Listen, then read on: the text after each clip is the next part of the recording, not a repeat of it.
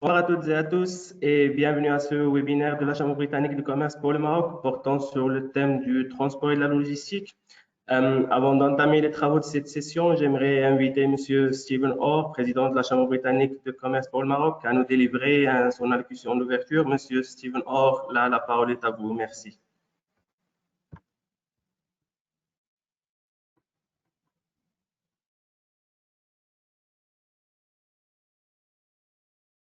Mesdames et messieurs, Happy St. Patrick's Day et bonjour et bienvenue à ce nouveau webinaire de la Chambre britannique de commerce pour le Maroc. Pour son quatrième webinaire de l'année 2022, le Britcham a choisi comme sujet le transport et la logistique, deux secteurs étroitement liés et qui, tous les deux, traversent une période très sensible. Durant les deux dernières années, il a fallu pour les professionnels de transport de composer avec les fermetures de frontières et les diverses restrictions de mouvement. En plus, les défaillances de nombreux sites de production, usines ou entrepôts ont mécaniquement porté un coup aux transporteurs dont l'activité est liée au commerce de ces entreprises. Puis, alors, eu un climat de reprise économique régnait sur le début de l'année 2022, les conflits géopolitiques et les tensions inflationnistes ont causé des perturbations des chaînes de logistique, couplées à une hausse importante des prix de carburant. Secteur traversal à toutes les branches de l'économie marocaine, la logistique est également celui qui doit servir de support à l'ensemble des stratégies sectorielles initiées par le Royaume depuis des années, comme le plan d'accélération industrielle, le plan Maroc vert, le programme ALUTIS, le plan de développement de l'automobile, de l'aéronautique, etc. Les défis posés au secteur de transport aujourd'hui entraînent des incertitudes et nous appelons à poser plusieurs questions. Quelle est la situation actuelle de la logistique au Maroc? Quel impact des tensions géopolitiques sur les chaînes d'approvisionnement et sur le coût logistique? Quelles solutions ont été mises en œuvre pour assurer une continuité de livraison, notamment des produits de première nécessité? Comment se structure le dialogue entre opérateurs économiques et autorités publiques en ces temps de crise? Pour répondre à toutes ces questions, j'ai le plaisir d'accueillir un panel diversifié d'experts et d'entrepreneurs sur le transport qui je remercie d'avoir répondu présent à notre invitation. M. Jafar Saloui, chef de la division des études techniques au ministère des Transports et de Logistique. Nous vous demanderons de nous dresser un bilan de la situation actuelle du secteur de transport marocain, ainsi que les actions du gouvernement pour accompagner les opérateurs dans ce contexte de crise internationale. Merci, M. Saloui, d'être parmi nous. Je tiens également à remercier M. Rachid Tahri, secrétaire général de la Fédération de transport et logistique de la CGEM et président de l'Association de Freight Forwarders du Maroc. Avec vous, Mr. Tahri, nous allons découvrir les défis auxquels font face les professionnels de transport et les risques qu'ils encourront en cas de poursuite des hauts des prix. Et enfin, mes remerciements vont à M. Ahmed Lukili, capitaine au long corps, professeur et ex-président de l'Association du corps officier des ports de Maroc. Monsieur Lukili va nous expliquer les défis logistiques qui rencontrent le commerce international, mais aussi les moyens qui peuvent employer les opérateurs pour réduire les coûts logistiques. Avant de donner la parole à Mine pour modérer le reste de cette session, je tiens à remercier nos partenaires pour cet événement. OCP, Spirit AeroSystems, BMCE, Bank of Africa, Consumer, SMEIA, Aqua Group, TACA Morocco, Agence nationale des ports, Kutubia, British International School of Casablanca et H&A Investment. Merci à tous et tous, bon webinaire. Merci.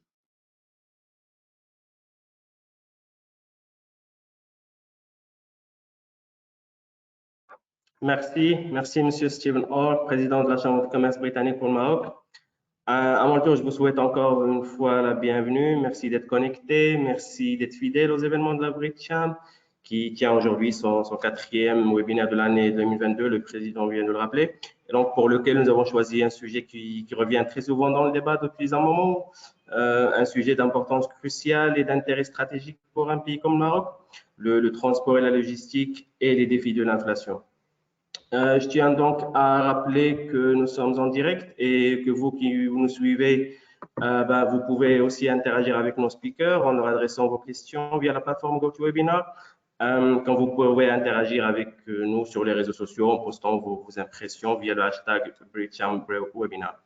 Avant de donner la parole à notre premier intervenant, M. Jafar Salouhi, représentant du ministère du Transport et de la Logistique, permettez-moi juste de faire une petite mise au point factuelle qui nous permettrait tous peut-être de suivre et de contextualiser le sujet du débat d'aujourd'hui, en l'occurrence le transport et la logistique. Je suppose que vous avez tous lu ou entendu parler ces derniers jours des difficultés qui se posent au transport mondial, qui à peine se réjouissait de la reprise normale de la circulation après deux années de pandémie et qui se trouve aujourd'hui devant des incertitudes liées surtout au contexte géopolitique mondial. Il vous a donc certainement pas échappé que déjà au niveau des coûts, le secteur se doit de faire face à des hausses des prix de carburant, mais aussi à des perturbations des chaînes logistiques entraînées notamment par les conflits géopolitiques. Et donc, face à ces acteurs et aux toutes dernières informations, le gouvernement marocain a annoncé l'adoption imminente d'un train de mesures de soutien aux opérateurs du transport, mais dont les détails ne sont pas encore révélés. Peut-être qu'on pourra en savoir plus tout à l'heure grâce à ce webinaire avec la participation de M. Salouhi du ministère du Transport et de la Logistique, qui pourrait peut-être nous en dire plus sur ces nouvelles mesures. Et sans trop tarder, donc, je laisse la parole aux experts. Je commence avec vous, M. Jafar Salouhi. Je rappelle que vous êtes chef de la division des études techniques à la direction des transports routiers, relevant du ministère du Transport et de la Logistique.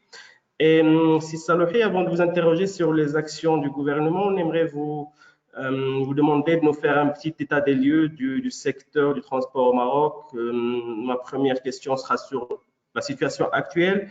On voudrait savoir comment les opérateurs du transport sortent de 2 années extrêmement difficiles, marquées par des arrêts d'activité. Et donc, comment décrirez-vous ce climat, le climat actuel, et comment le Maroc subit cette conjoncture? Allez-y, M. Salouhi, je vous remercie.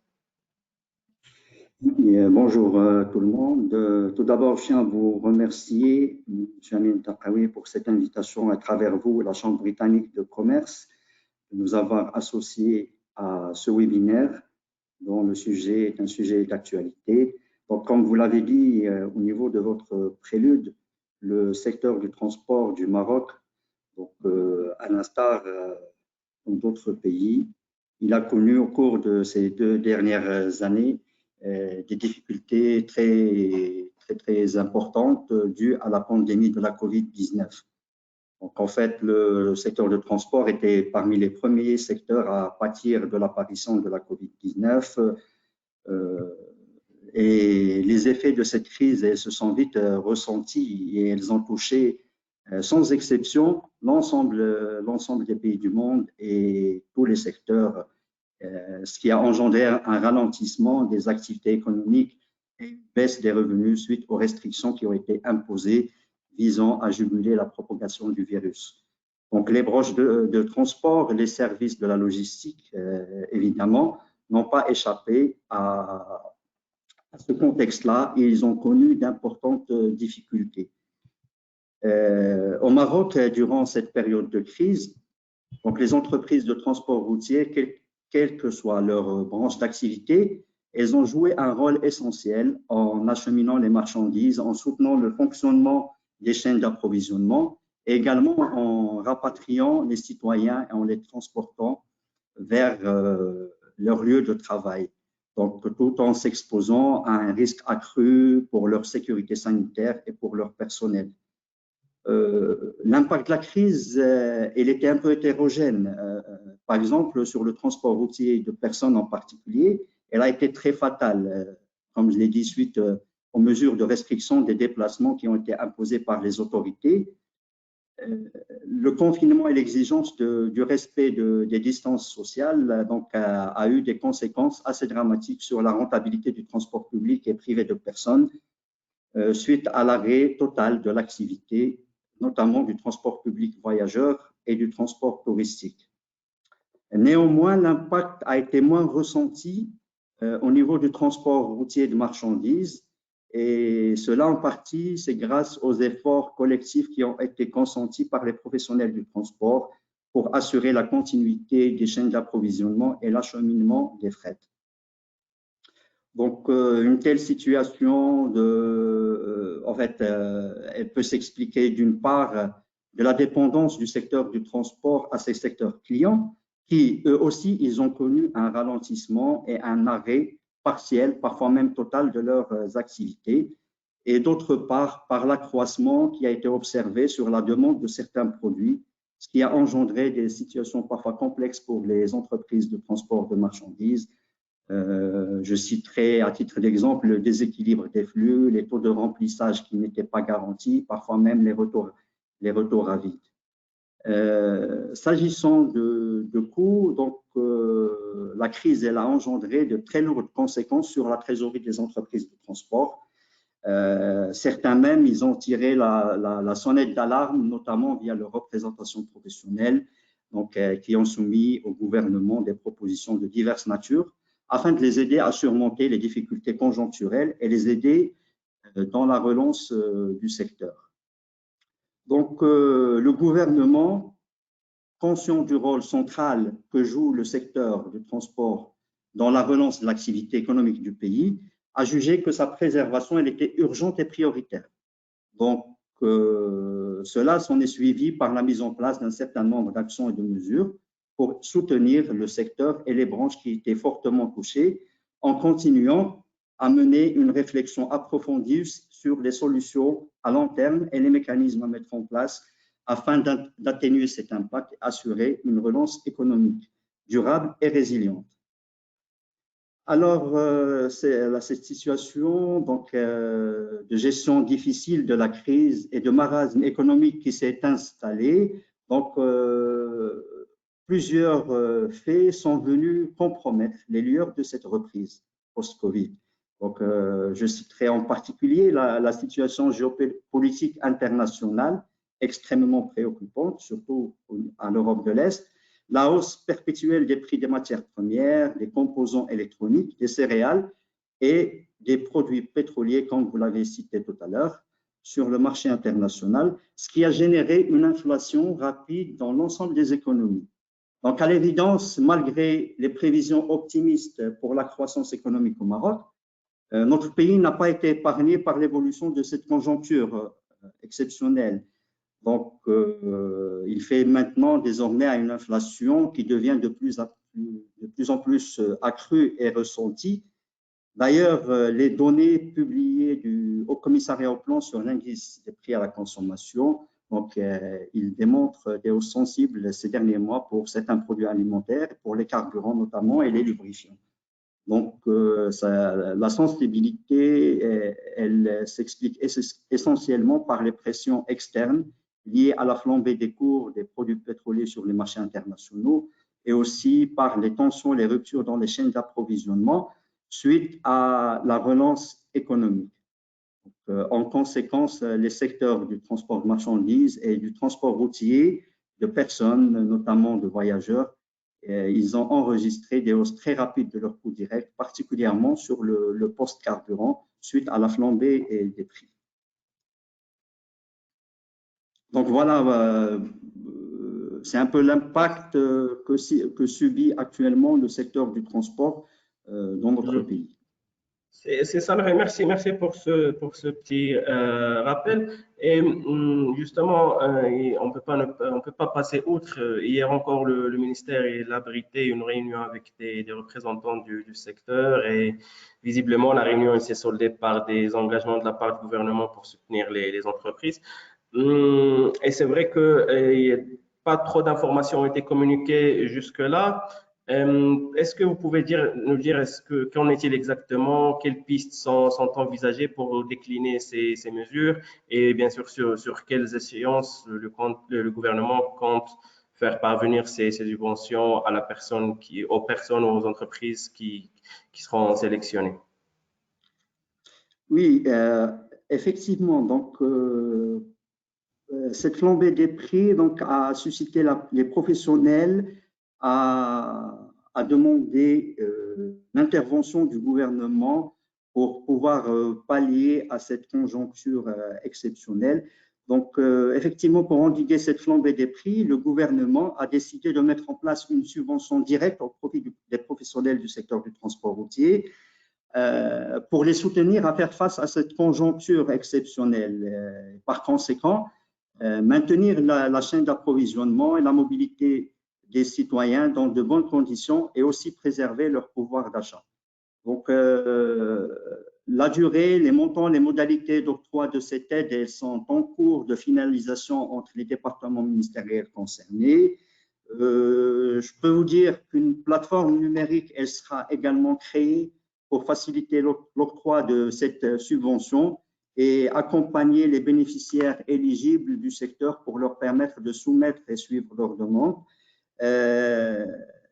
Comme vous le savez, hier, le choix a été porté sur le groupe Barid al-Maghrib, donc qui sera chargé de centraliser et de gérer l'opération de distribution et de versement de la subvention.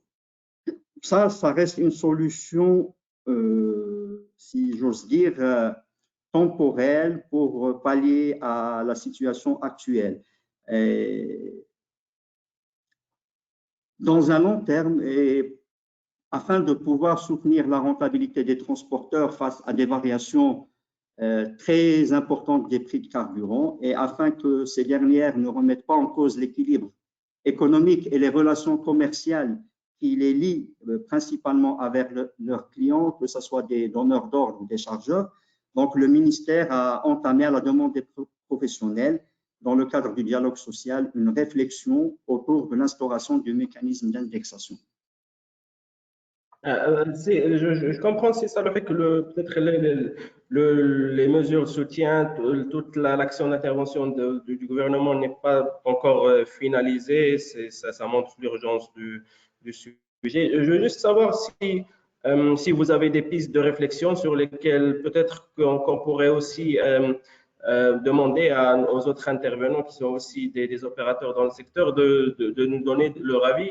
Peut-être que le gouvernement n'a pas encore ou hésite encore sur certaines actions à mener. Donc, peut-être aussi l'utilité de ce débat est de faire converger un peu les points de vue et d'essayer d'orienter aussi la décision publique. Est-ce que vous avez des pistes? Est-ce que vous avez des… Maintenant, on a aussi on a un historique de mesures de soutien que le gouvernement entreprend depuis la pandémie. Donc, j'imagine que le gouvernement il va miser sur ce savoir-faire acquis sur ces dernières années pour bien cibler, pour ne pas laisser, peut-être aussi pour ne pas faire bénéficier des gens qui n'ont pas à être subventionnés. Est-ce que vous avez des grandes pistes comme ça qu'on peut aujourd'hui traiter et mettre sur la table du débat aujourd'hui?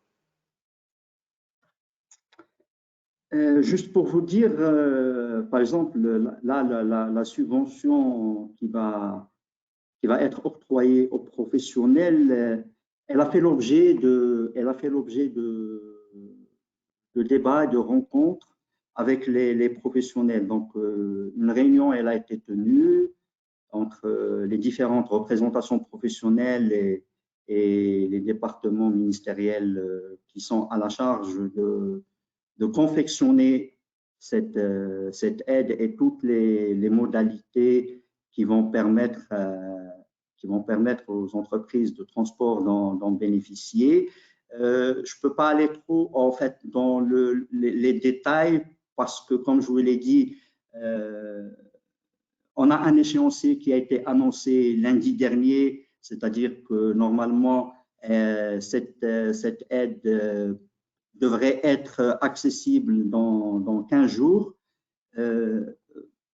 Au-delà de ça, donc, on est en train de voir un peu les détails, comment ça marche, les bases de données, comment on va les utiliser, donc comment on va interagir entre les différentes autorités pour faire bénéficier ces Permettez-moi de vous couper, si ça le fait, c'est revenu même dans les questions qu'on a reçues de la part des personnes qui nous regardent, et c'est revenu pas mal de fois. Il y a beaucoup de personnes qui se penchent sur le volet PME et TPME. C'est-à-dire, est-ce que sur ces questions, le gouvernement prend en compte le fait qu'il y a, il y a des disparités dans les niveaux de répercussion? C'est une chose certaine. Et puis, il y a des transporteurs, des petites entreprises de transport touristique, de transport routier, qui, eux, veulent savoir s'ils vont avoir leur part du gâteau et peut-être qu'ils sont les plus touchés. Est-ce qu'il y a cette réflexion au sein du gouvernement, au sein du ministère,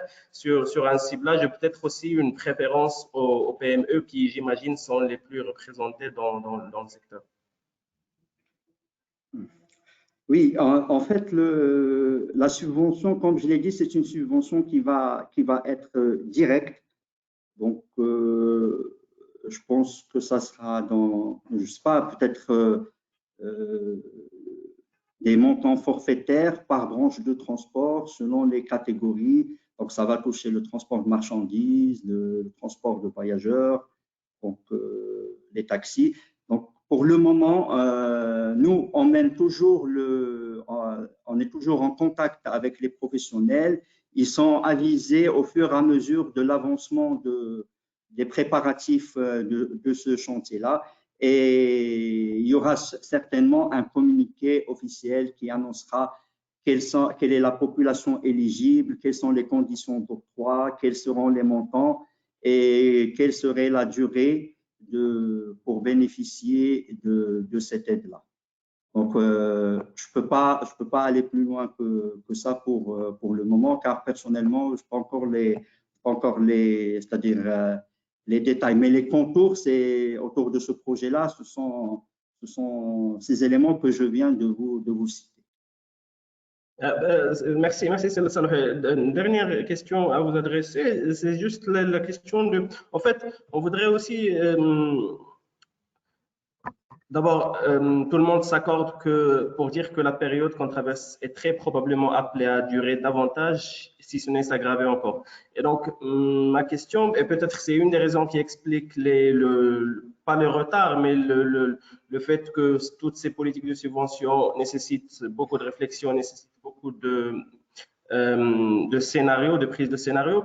Est-ce que du point de vue du gouvernement, le dialogue avec les opérateurs, qui, on l'a remarqué ces derniers jours, s'est intensifié, est-ce que ce dialogue-là d'abord est jugé fructueux par le gouvernement jusqu'à ce jour-là? Est-ce que, vu que la situation est appelée à durer, peut-être s'empirer comme je viens de le dire, est-ce que ce dialogue pourrait prendre d'autres formes, peut-être inclure davantage d'acteurs qui se sentent mal représentés, peut-être face au gouvernement? Comment vous voyez dans l'avenir cette prise de conscience et cette prise de relation entre le gouvernement et les acteurs, les opérateurs dans le secteur d'activité, le transport? En fait, pour vous dire, le ministère du Transport et de la Logistique, donc, il a entamé depuis mi-décembre dernier le processus du dialogue social sectoriel avec l'ensemble des représentations et des associations professionnelles du transport routier au Maroc. Donc, on a tenu une série de rencontres, des rencontres qui ont été présidées par M. le ministre, des rencontres présidées au niveau de M. le secrétaire général et des réunions au niveau de la direction des transports routiers à travers des commissions techniques et ad hoc. Donc, à l'heure d'aujourd'hui, on est à une trentaine de réunions avec les professionnels, tous corps confondus. Donc, je dirais avec le transport de marchandises, le transport international routier, le secteur de dépannage, le transport touristique, les conducteurs professionnels. Donc, et on essaye d'avancer et d'approfondir les discussions autour des diverses questions et les différents dossiers revendicatifs de la profession afin de pouvoir y apporter de manière collaborative les réponses nécessaires. Et cela, ça va se passer par la suite à travers la mise en place d'une feuille de route prioritaire. L'objectif étant d'asseoir une vision intégrée visant à promouvoir le secteur du transport routier au Maroc de façon à ce qu'il soit efficace, moderne, résilient et qu'il permette d'accompagner le développement économique et social du royaume. Donc, par exemple, on a tenu récemment une réunion avec, d'ailleurs, M. Tahrib peut en parler davantage, sur le mécanisme d'indexation. On a tenu 5 réunions de travail avec les professionnels du transport routier de marchandises autour des conditions d'accès et de maintien de la profession du transport routier de marchandises. Le décret plutôt concernant la couverture sociale des conducteurs professionnels, donc hors les conducteurs de taxi, parce qu'eux, ils sont passés en premier, donc leur décret, il a été approuvé et entré en vigueur. Donc celui des conducteurs professionnels également, hors la profession des taxieurs, il est entré en vigueur. Donc, ils peuvent bénéficier de la couverture sociale et commencer leur inscription au niveau de la Caisse nationale de la sécurité sociale. Nous sommes en train d'amender un certain nombre de projets de textes réglementaires afin d'accompagner les évolutions que connaît le secteur. Bien sûr, ce travail-là, on le fait selon une approche fondée sur l'écoute, la concertation, la responsabilité de toutes les parties prenantes, que ce soit nos ministères ou les professionnels. D'ailleurs, on s'est engagé à poursuivre ce travail de manière régulière au cours de cette année et on a mis les outils de gouvernance nécessaires pour leur bon déroulement. C'est Tahir, vous avez parlé d'amendements de textes réglementaires. Est-ce que vous avez des exemples à nous citer de textes qui sont en train d'être repensés ou d'être amendés? Pardon, M. Salouhi, pardon. Oui. Les textes réglementaires que le ministère est en train d'étudier, est-ce que vous avez 2-3 exemples comme ça? Oui, il y a le texte qui concerne les conditions d'accès et de maintien de la profession, donc pour le transport routier de marchandises. Il y a le projet d'arrêté concernant le transport touristique, d'ailleurs qui a été partagé avec les professionnels et qui ont donné leur accord. Donc, ce texte-là en particulier, donc il va être mis dans le circuit d'approbation. Il y aura pas mal de textes parce que les sujets qu'on traite maintenant avec les professionnels, que ce soit les doléances ou les propositions, donc certaines mesures d'entre elles, elles passent éminemment par des amendements de textes réglementaires. D'ailleurs, le ministère maintenant, il a entamé le chantier d'actualisation de son arsenal juridique et au fur et à mesure de l'avancement du dialogue social avec les professionnels et les aboutissements de nos réunions techniques, donc nous allons apporter les modifications nécessaires sur les textes. Très bien, très bien. Merci beaucoup, Monsieur Salouhi.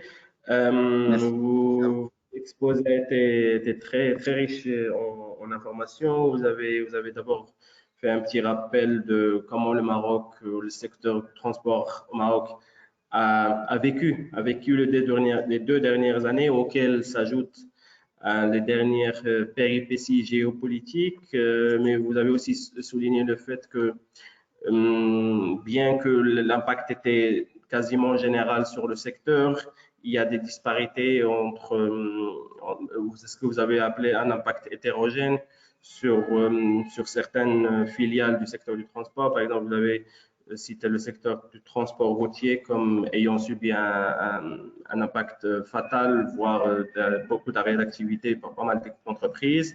Vous avez aussi rappelé toutes les actions de soutien qu'a apporté le gouvernement depuis le début de la pandémie de la COVID-19. Et vous avez aussi rappelé les dernières subventions annoncées par le gouvernement, un plan d'action dont les contours ne sont pas encore connus ou finalisés complètement, mais on connaît déjà certaines prémices. Par exemple, on sait déjà qu'un mécanisme d'indexation sera mis en œuvre, que Palais del Maghreb va accompagner le ministère pour le ciblage des opérateurs. Ensuite, vous êtes revenu sur le dialogue qu'a entamé le ministère récemment avec l'ensemble des opérateurs du transport pour faire en sorte que en général pour faire en sorte que le secteur accompagne la dynamique de développement que connaît le Maroc. Et vous avez aussi rappelé l'adoption d'une feuille de route prioritaire, vous avez rappelé la révision de certains textes réglementaires. Et à la fin, vous nous avez annoncé que le ministère est en train d'actualiser tout son arsenal juridique et on espère vous revoir une prochaine fois une fois l'arsenal juridique mis à jour pour en parler encore. Merci beaucoup, Monsieur Salouhi. Et j'aimerais à présent m'adresser à Monsieur Rachid Taheri. Monsieur Taheri, vous êtes secrétaire général de la Fédération de transport et logistique affiliée à la CGM et aussi président de l'association des freight forwarders du Maroc.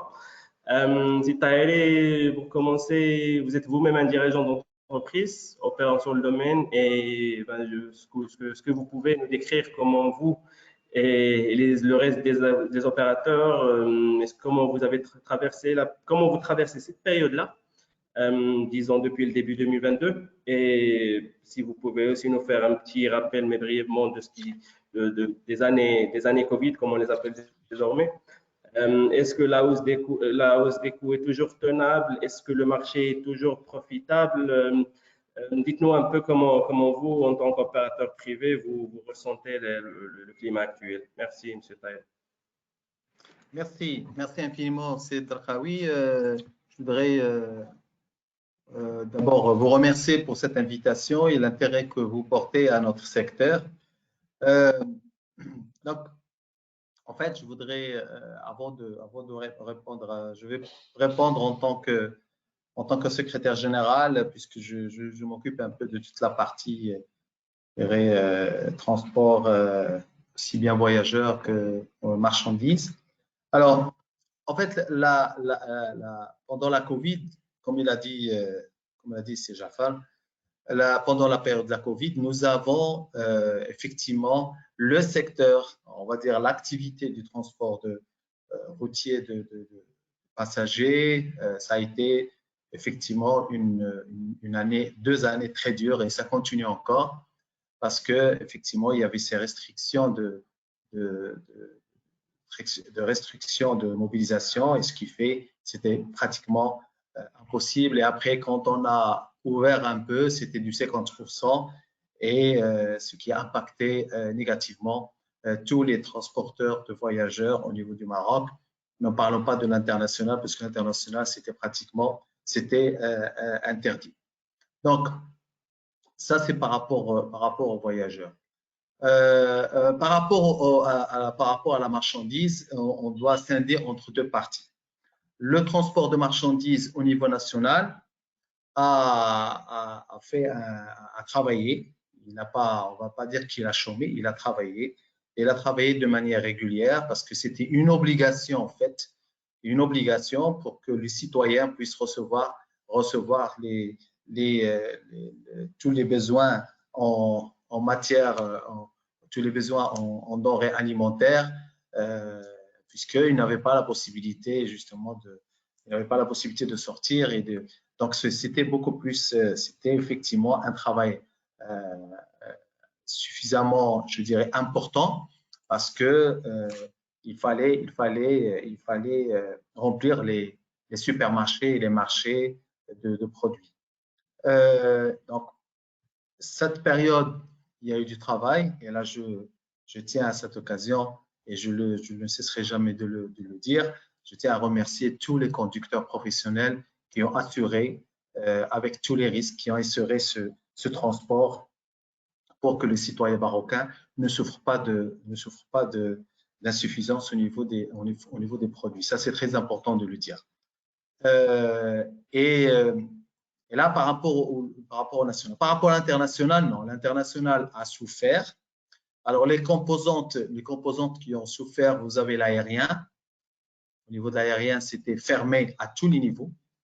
Donc, passagers et marchandises. Et donc, l'aérien, il y a des sociétés qui ont pratiquement, presque, je dirais, fait faillite à cause de cette fermeture drastique. Et le transport international de marchandises par route n'a pas vraiment souffert au départ, mais il a souffert, comme il a dit Jafar, il a souffert effectivement à travers le retour à vide, parce qu'à un certain moment, on partait avec des marchandises, mais on revenait à vide, puisque de l'autre côté, il n'y avait pas d'usine ou de commerçants ouverts pour qu'ils puissent donner de la marchandise pour le Maroc. Donc, effectivement, on partait en plein, on retournait à vide. Et je dirais quand même, malgré tout, heureusement que tous les États n'ont pas fermé les portes aux transporteurs routiers. Il y avait bien sûr il y avait énormément de difficultés à travers le passage des frontières. Même en Europe, on est retourné aux frontières, puisqu'entre la France et l'Espagne et la France et les autres pays de l'Union européenne ou de l'Europe en général, c'est devenu des frontières, puisqu'il fallait contrôler les conducteurs qui arrivaient dans les frontières, on va dire, frontières exceptionnelles, parce qu'il n'y a plus de frontières dans l'Union européenne, mais c'était des frontières exceptionnelles pour le contrôle sanitaire. La partie, je dirais, du maritime, non. Le maritime a tourné normalement. Et là, je félicite tous les portuaires qui ont travaillé, pas facilement, mais qui ont travaillé quand même durement au niveau du port. Et on n'a pas eu, je dirais, de rupture au niveau du port et de tous les ports marocains. Et on a pu quand même servir tous les Marocains de tous les articles qu'il fallait. Donc, bon, ça c'est la partie, je dirais, du Covid. Maintenant, il y a eu des aides. Bon, ce sont des aides, ils étaient ce qu'ils étaient, mais c'était quand même, je dirais, insuffisant. Insuffisant dans la mesure où il fallait, en fait, on nous a donné il y avait des aides, mais qui étaient limitées, très limitées dans le temps, et il y avait la possibilité de prendre des crédits à travers les deux produits, Daman Oxygène et Daman Relance. Seulement les Daman Oxygène et Daman Relance, c'était des crédits. Et donc, nous, on sort de la crise et maintenant, il va falloir rembourser. Donc, c'est maintenant qu'il commence la problématique de remboursement et il y a un certain nombre d'entreprises qui sont en train de demander de rééchelonner ces dettes de manière à ce qu'ils puissent encore rester dans une activité, parce que c'est impossible pour ces entreprises de rembourser ces montants-là aujourd'hui. Parce que l'activité, effectivement, il y a eu une petite relance qui effectivement a permis un petit peu de remettre un peu, je dirais, le compteur un peu à zéro, mais elle a été impactée par toutes ces problématiques au niveau international et aujourd'hui, ça devient de plus en plus difficile. Donc, Covid, je dirais après Covid, Et après Covid, à peine qu'on se dit, OK, on reprend, parce qu'il fallait du temps pour que tout le monde reprenne, les entreprises, pour le redémarrage, ça a été très difficile. Ça a été très difficile. Maintenant, avec tout ça, on voit le pétrole qui est en train de flamber. Il a commencé déjà à flamber et il continue à flamber. Nous avons le pétrole, nous avons déjà eu le fret maritime qui a été multiplié par 10 et on se disait, bon, on est obligé, on fait avec. Il faut savoir qu'au Maroc, quand vous apportez une marchandise, vous avez bien évidemment les droits de douane, mais vous avez aussi les droits de douane sur le transport. Et donc, quand vous payez 40% ou 20%, vous payez aussi les droits de douane de 40% ou 20% sur les droits taxes, sur le transport. Donc, ce sont des prix qui sont devenus, en plus de l'augmentation des prix à l'international, des prix des produits à l'international, soit des intrants, soit des produits finaux. Et il y a le transport qui est devenu une charge très importante. Et comme vous le savez, tout ce qu'on importe, il y a beaucoup de produits quand même alimentaires, mais il y a aussi les intrants. Et les intrants, vu qu'ils ont été augmentés de l'autre côté, on se retrouve avec des intrants qui enchérissent le prix du produit final au consommateur. Nous avons effectivement, je peux dire que c'est mondial, mais moi personnellement, je n'y crois pas. Je vois qu'il y a une certaine entente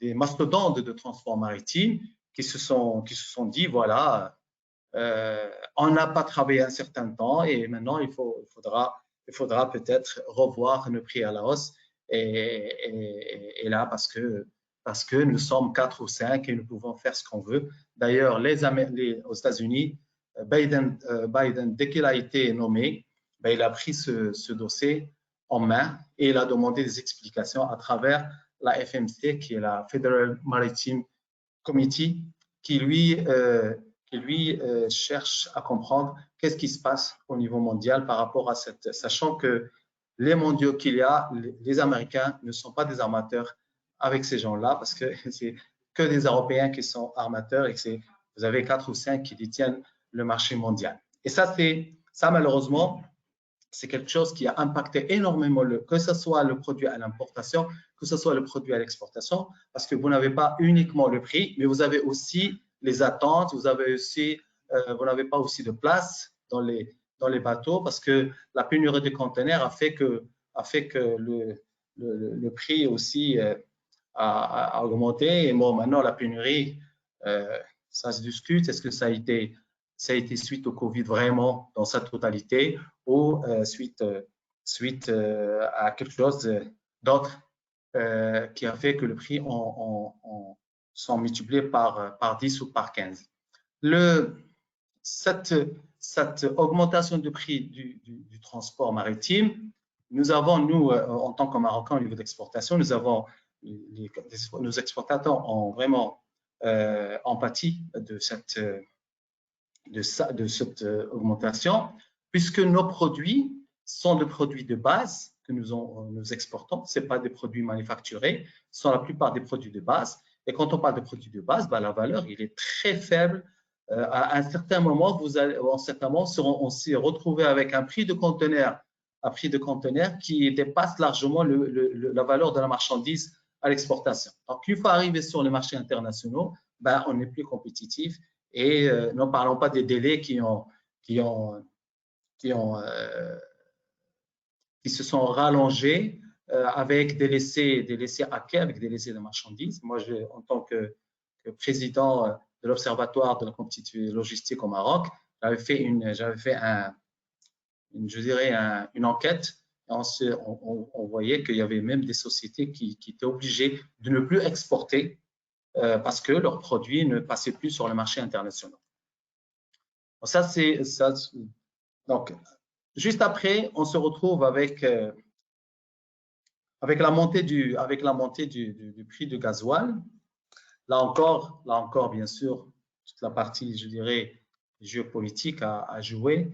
Et nous nous retrouvons aujourd'hui avec des prix de gasoil qui augmentent tous les jours. Tous les jours, c'est des augmentations importantes. Donc, qu'est-ce que nous avons fait? Donc, depuis l'arrivée du nouveau ministre à la tête du ministère du Transport et de la Logistique, nous avons tenu une série de réunions, comme il disait Sejafal, nous avons tenu une série de réunions. Au départ, c'était pour voir un peu comment on peut aller vers mettre à niveau ce transporteur, parce qu'effectivement, le transport au Maroc, depuis la réforme ou la libéralisation du transport qui a été faite en 2003, nous avons connu effectivement un certain nombre d'entreprises qui ont été créées.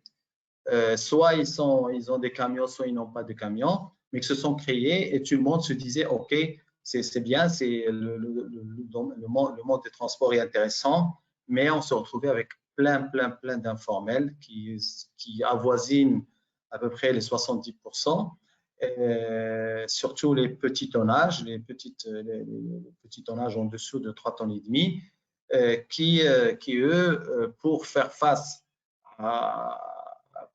pour faire des bons prix aux clients, font des pratiques qui ne sont pas loyales à travers, bien sûr, la surcharge. Vous pouvez le constater au niveau des routes, la surcharge. Vous voyez un camion avec de la paille qui dépasse de 3-4 mètres la hauteur du camion.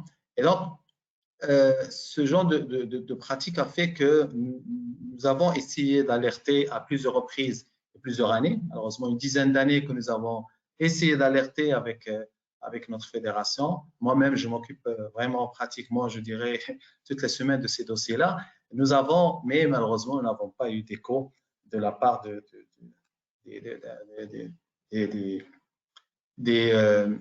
gouvernement de l'époque. Donc, à l'arrivée, nous avons sollicité le nouveau ministre qui, lui, effectivement, c'est quelqu'un qui arrive, je dirais, plus ou moins du domaine parce que c'est l'ancien PDG de Marsa Maroc. Et donc, effectivement, quand nous avons commencé, c'était avec des réunions régulières et c'était plus facile parce qu'on parlait plus ou moins le même langage et on parle aujourd'hui le même langage. Et nous nous sommes fixés des objectifs. Le premier objectif, c'est celui de mettre en place l'indice du gasoil.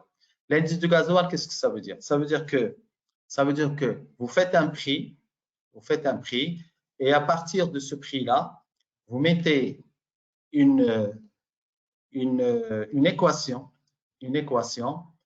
qui vous permet de revoir le prix, revoir un pourcentage du prix en fonction de la hausse ou de la baisse. Ce n'est pas toujours à la hausse, c'est aussi à la baisse. C'est pour ça qu'on l'appelle l'indice. Donc, il permet de réguler un peu le prix en fonction de la hausse du gasoil. Bien sûr, la hausse du gasoil, ce n'est pas dès qu'il y a 5 centimes qui s'ajoutent, on va augmenter le tarif. Non. S'il y a une moyenne où on peut faire pour que les gens comprennent c'est quoi l'indice, parce qu'on en parle cette semaine, c'était que l'indice. Donc, et après, on fait cette équation et on donne et on augmente. Soit ça dépend, soit par jour, soit par la semaine, soit une moyenne qui permet d'avoir une certaine transparence entre les chargeurs et les transporteurs. Et pour donner des exemples concrets, parce que c'est un exemple que je donne souvent, c'est celui d'aujourd'hui, on est à peu près à 6 000 dirhams, 6 100 dirhams sur la partie Casablanca-Agadir pour parler, ou d'Agadir-Casablanca pour parler de la fameuse tomate qui a flambé dernièrement. Alors, quand on prend le transport, quand on charge un transport d'Agadir sur Casablanca à 6 000 dirhams aujourd'hui, ben, si vous voyez les 26 000 kilos, vous divisez le 6 000 dirhams par 26 000 kilos, vous n'êtes même pas à 1 centime de plus par rapport au prix du transport. Même si vous augmentez à 10%, vous n'êtes toujours pas vous êtes à peine à 1 centime, peut-être ou 2 centimes le kilo par rapport au coût du transport. Et là, je lance je parle bien de cette partie-là parce que c'est très important pour que les gens qui écoutent ça, c'est très important pour qu'on ne se dise pas, parce que les intermédiaires et les spéculateurs disent « Ah, le transport a augmenté ». Alors, le transport n'a pas augmenté à aujourd'hui, je vous le dis, n'a pas augmenté. D'ailleurs, s'il avait augmenté, je ne pense pas que l'État nous aurait accompagnés pour donner cette subvention. Donc, le prix n'a pas augmenté. L'État, en attendant de mettre en place cet indice, et vu cette augmentation de prix du gasoil qui dépasse vraiment toute réalité, parce qu'il est en train d'augmenter de manière vraiment très, très rapide, et quelques experts parlent de 16 dirhams, peut-être 17 dirhams, ce qu'on a vu en Europe d'ailleurs, ils sont à 2 euros dans des régions, et à 2,10 euros dans quelques régions, et dans tous les cas, c'est le minimum, c'est à 1,70 € le litre. Donc, pour justement pallier cette difficulté, et c'est surtout le consommateur, parce que si on commence à augmenter, bien sûr, c'est le consommateur final qui va le subir. Nous avons cherché, en attendant l'indice, parce que l'indice, comme il a dit, c'est Jafar, l'indice passe par un circuit législatif qui peut prendre du temps, qui peut prendre 1 mois, 2 mois, 3 mois. Donc, pour pallier ça, nous avons… Est-ce que vous permettez que je vous arrête juste sur le point de l'indice, parce que c'est très important. En même temps que vous êtes en train de le présenter, et moi je me pose la question, et il y a pas mal d'opérateurs qui se posent la question sur la faisabilité de cet indice, parce que l'idée elle ne peut être que de bon sens, faire varier les prix sur les cours internationaux du pétrole. Mais est-ce qu'au Maroc, vous savez, on n'a plus de raffinerie, on n'a plus d'infrastructures capables de traiter le pétrole brut. Et c'est le même débat qui revenait il y a 4 ou 5 ans, lorsque les prix les cours internationaux étaient bas. Et en même temps, au Maroc, on n'a pas vu de répercussions. C'est pour ça que je vous dis, est-ce que vous, en tant qu'opérateur, et peut-être aussi, et M. Salouhi pourra nous dire plus sur cette question, et même M. Lokili, sur la faisabilité de cet indice et sa possible fiabilité dans le cas du Maroc, où les infrastructures ne sont pas encore à la portée, ou ne sont pas encore compatibles avec les besoins du moment. Non, en fait, quand on parle de l'indice, l'importance de l'indice, c'est quoi? C'est d'abord une transparence au niveau du prix. Ça, c'est la première. La deuxième, c'est que cet indice n'est pas toujours à la hausse. Il peut revenir à la baisse en fonction des variations du prix du gasoil. Et c'est un indice, en fait, on va pas dire aujourd'hui, comme je l'ai expliqué, on va pas dire aujourd'hui il a augmenté de 20 centimes, ça y est, on prend les 20 centimes, on arrive, on le fait. Non, c'est des moyennes, ce sont des moyennes qui permettent de réguler cette tarification. Il y a un tarif. Je veux bien expliquer par rapport à ça. Il y a un tarif. Vous faites un tarif de X, de 5. Un autre transporteur peut faire un tarif de 7. Un autre transporteur peut faire un tarif de 4. Ça, c'est la libre concurrence et chacun fait des tarifs en fonction de son organisation. Ça se discute pas. L'indice vient en plus pour dire, voilà, si le gasoil aujourd'hui, j'ai fait ce tarif de 4 ou de 5 ou de 7, je le fais sur la base de ce tarif-là. Si demain, il dépasse le seuil de temps, je serai obligé de répercuter. Et en général, c'est 2,5% sur un trajet. Et si vous prenez de 2,5 ou 2% sur un trajet de Casa à Agadir, par exemple, comme je l'ai pris tout à l'heure, vous allez passer de 6 000, par exemple, à 6 200 dirhams. Quand vous prenez la tote sur le trajet, vous prenez sur le poids de la marchandise, vous allez trouver que c'est toujours des centimes qui s'ajoutent.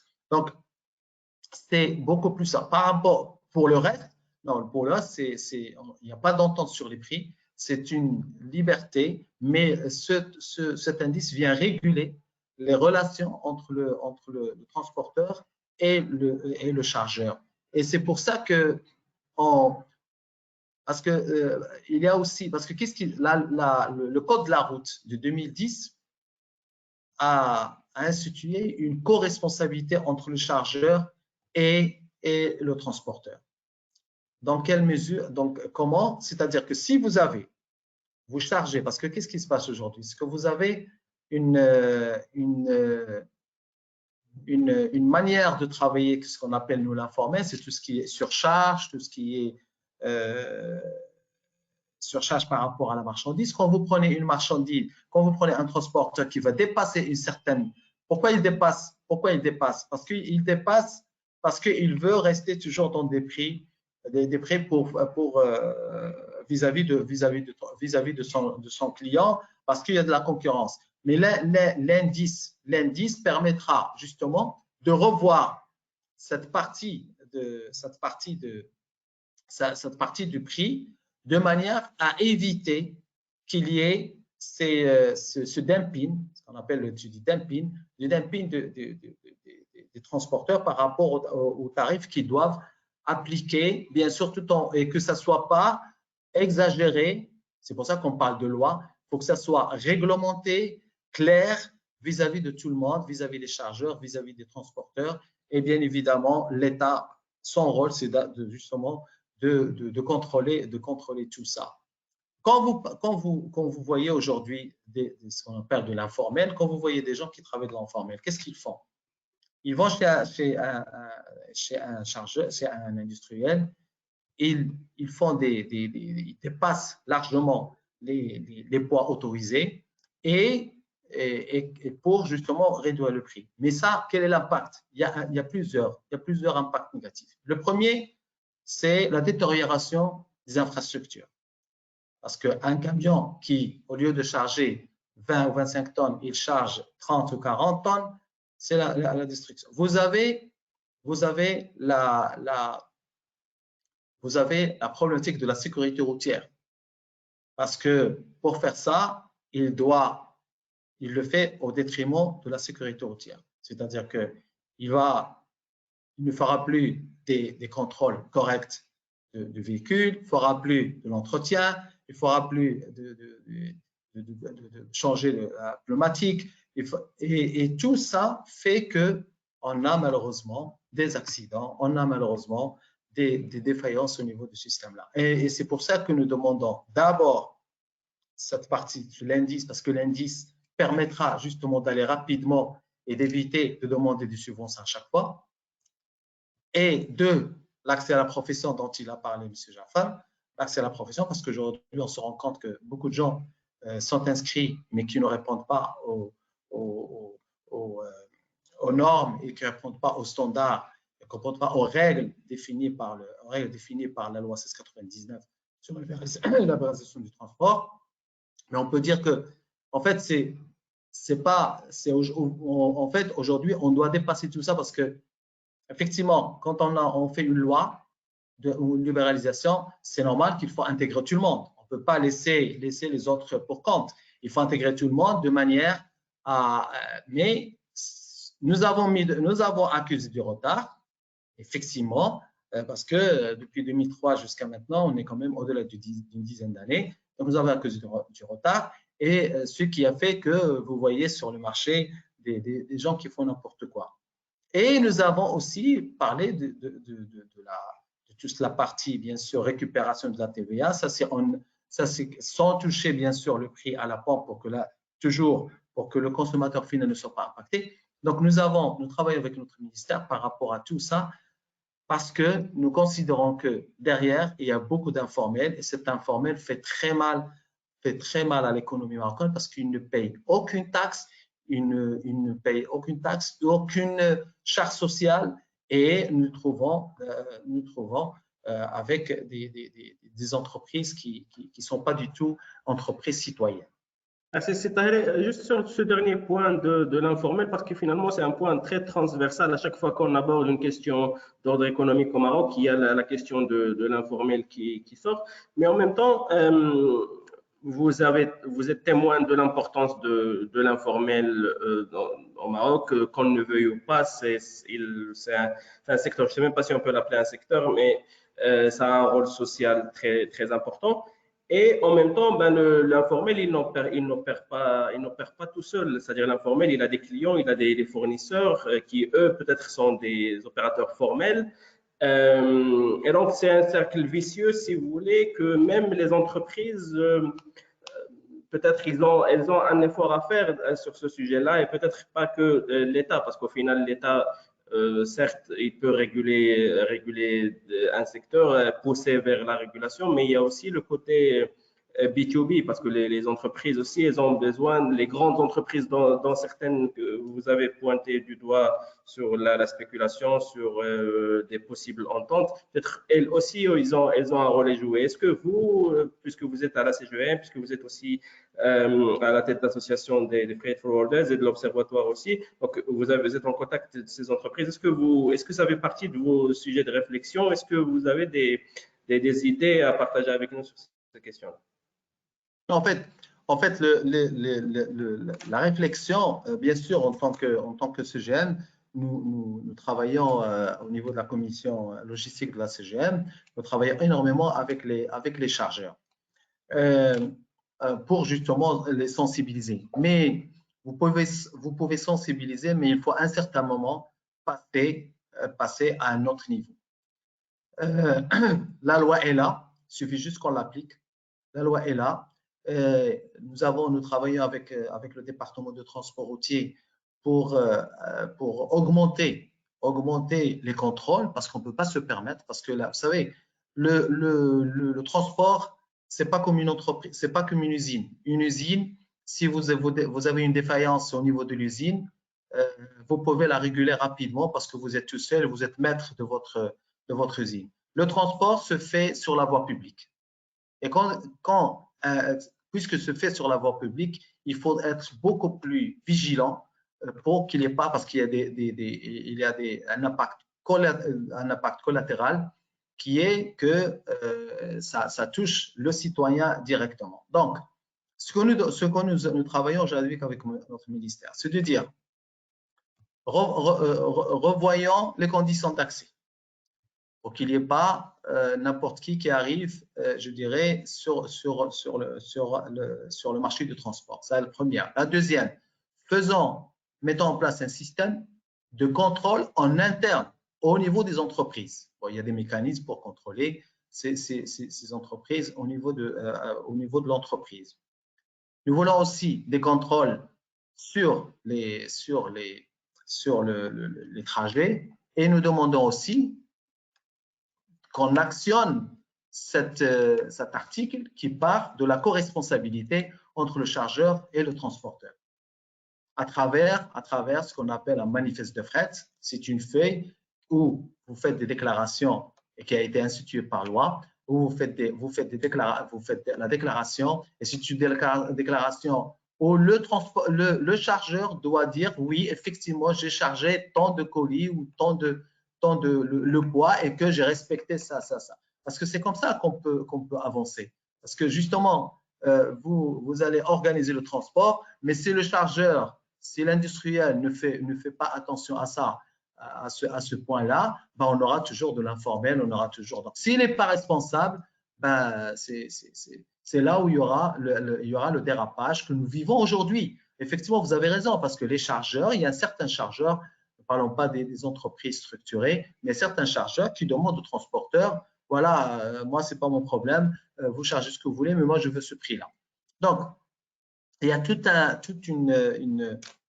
un écosystème bien sûr à sensibiliser, mais il y a aussi les lois à respecter. Et pour justement, nous demandons carrément la radiation. Nous sommes en train de travailler aujourd'hui avec le département de transport routier pour que si il y a ce genre d'agissement, ben, nous demandons la radiation, que cette entreprise soit radiée, que son autorisation lui soit retirée.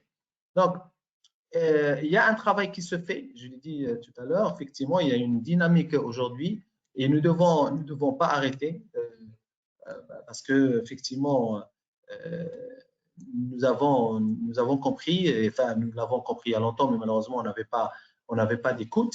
Mais je pense qu'avec ce nouveau gouvernement, j'espère qu'on arrivera à dépasser ça parce que nous parlons depuis très longtemps et ça commence à faire parce que là, on continue encore à avoir des entreprises qui ne sont pas organisées. Parce que ce n'est pas le fait, parce que souvent les gens se disent « Ah, c'est atomisé parce qu'il a un seul tracteur, parce qu'il a un seul camion. » Non, ce n'est pas vrai. Ce n'est pas vrai. Parce qu'en Europe, dans tous les pays d'Europe, vous avez les grands et vous avez les petits et vous avez les entreprises avec qui ont un seul camion, mais derrière un seul camion, mais derrière, vous pouvez trouver même un chauffeur qui est le patron de l'entreprise. Mais derrière, il y a tout l'arsenal juridique qui fait qu'on n'a pas de dérapage. Ce n'est pas le fait que ça soit des petits. Moi, je ne suis pas du tout d'accord quand on dit, on parle souvent, on dit « Ah, les petits ». Non, ce n'est pas parce que c'est petit qu'il fait des bêtises. Non, c'est parce qu'il n'y a pas de contrôle. Les grands font des grandes bêtises. Je vous dis, les grands font des… Donc, ce n'est pas parce que tu es un petit transporteur qu'on va dire « Ah, parce qu'il est petit, il fait… » Non. En Europe, et moi je peux en parler parce que je travaille beaucoup avec la France et avec l'Italie. L'Italie, vous avez un patron qui a un seul camion, mais tout est réglé. La comptabilité est claire, il se déclare lui-même ou il déclare ses employés, il respecte la charge, il respecte les lois. C'est ça. Pourquoi? Parce qu'il y a un arsenal juridique derrière qui ne peut pas s'amuser avec. Donc aujourd'hui, ce que nous faisons avec notre département, c'est nous travaillons effectivement sur cette partie-là. Et ça, la partie, parce que ce n'est pas l'accès qui est important, c'est la continuité de l'activité qui est importante.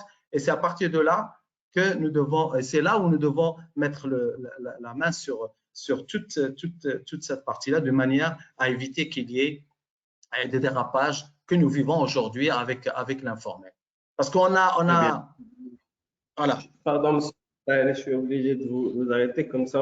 Peut-être on pourrait revenir vers vous tout à l'heure quand on va prendre les questions de l'audience et pourrait étaler votre réflexion davantage.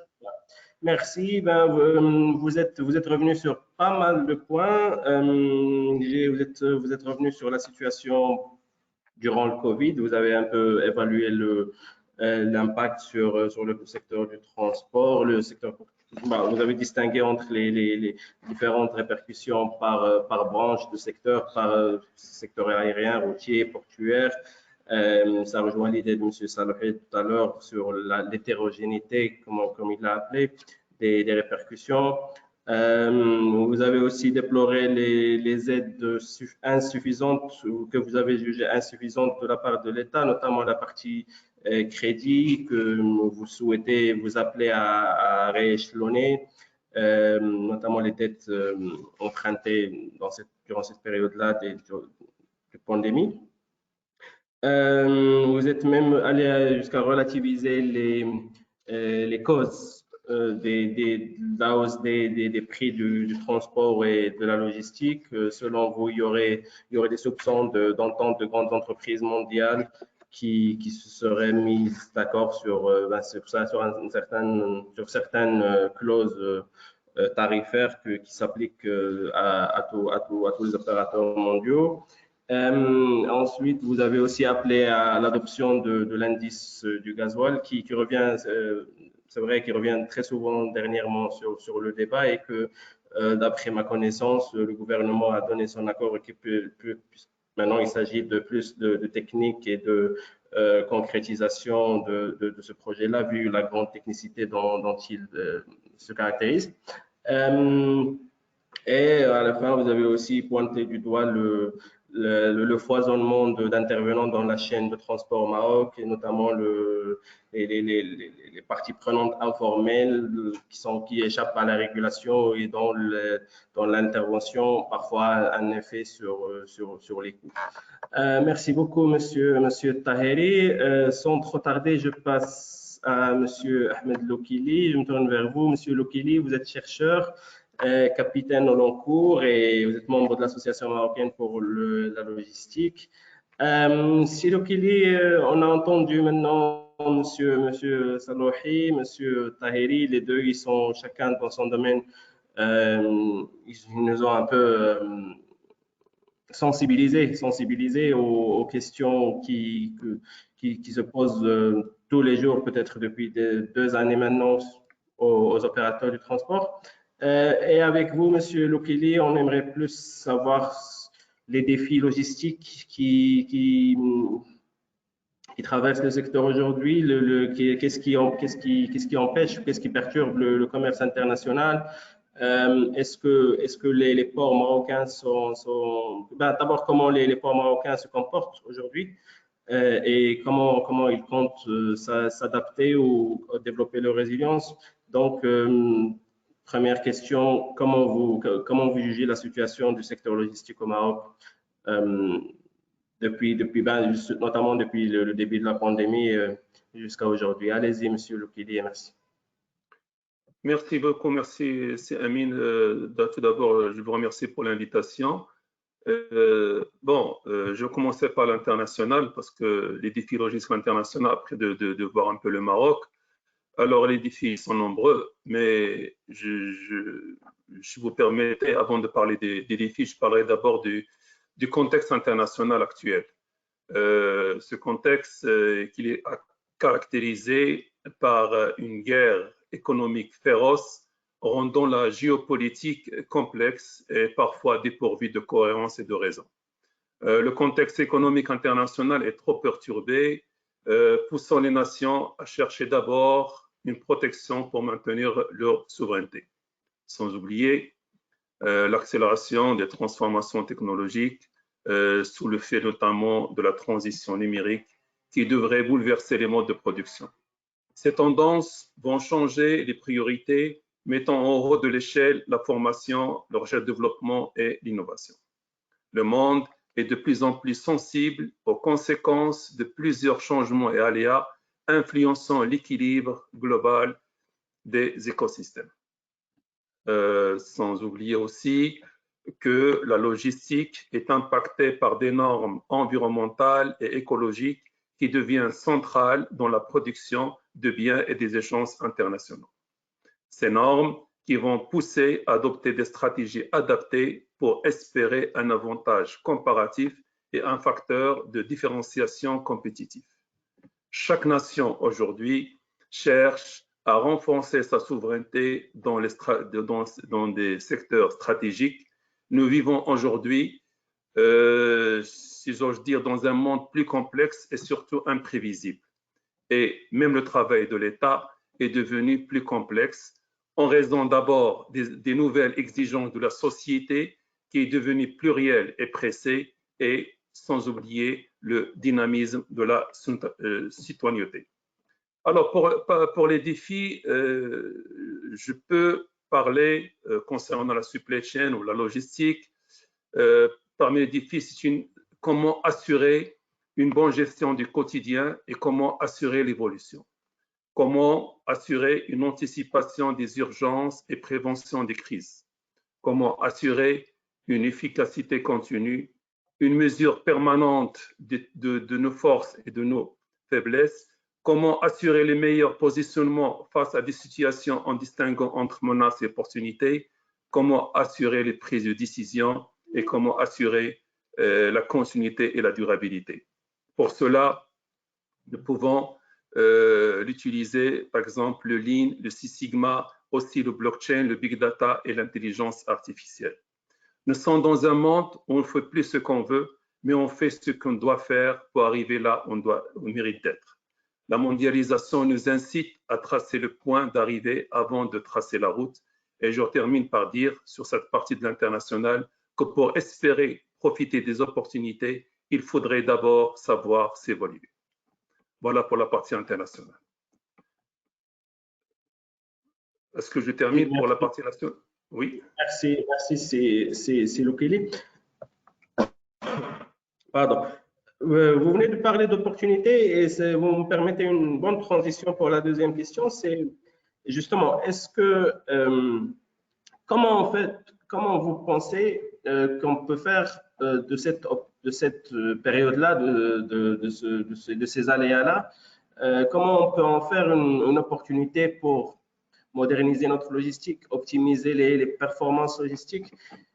Et c'est vrai que c'est la question parce qu'on sort de 2 années de crise et tout le monde a compris qu'il est inutile de se plaindre du contexte de crise et qu'il faut penser résilience, il faut penser opportunité.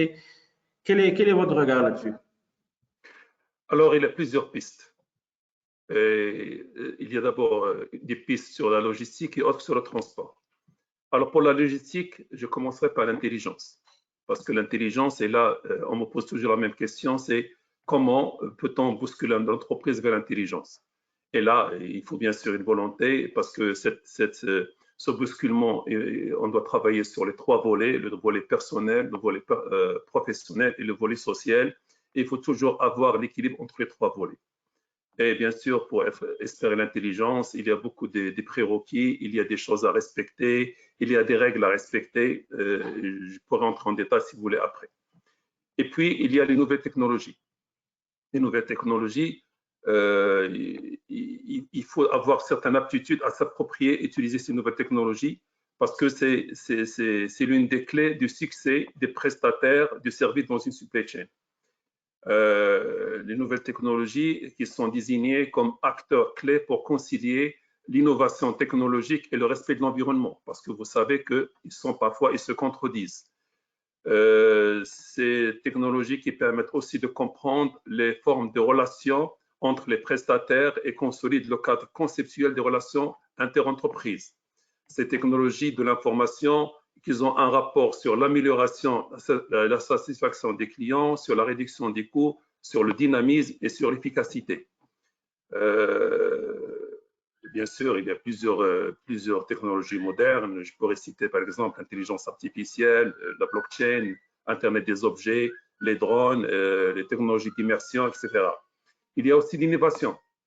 L'innovation, mais l'innovation, ça suppose un environnement favorable aux innovateurs et ça suppose des moyens pour financer les investissements en recherche et développement. Il y a la compétitivité qui nécessite une bonne organisation, une organisation dynamique, pas statique, des choix stratégiques, des orientations mesurées qui permettent de mieux gérer les conflits issus des divers intérêts. Il y a l'adaptabilité à la demande des clients. Il y a la performance. Vous avez parlé tout à l'heure des portuaires. Je pense que la performance, il y a un exemple du port Tangemet, par exemple, dont la performance réalisée dans l'année 2021, il montre l'intérêt de la collaboration continue entre les partenaires. Et quand on parle de performance, il faut savoir qu'elle aussi elle est dynamique. La performance d'aujourd'hui est différente de celle d'hier, elle sera différente de celle de demain. Aujourd'hui, maintenant, avoir des indicateurs, travailler sur l'efficacité, l'efficience, l'optimisation, c'est plus suffisant. Il faut aller au-delà de ça et travailler sur les performances. Il y a la formation, bien sûr, la formation que parfois on néglige. Il y a l'accompagnement. Chaque acteur dans la supply chain, dans la logistique,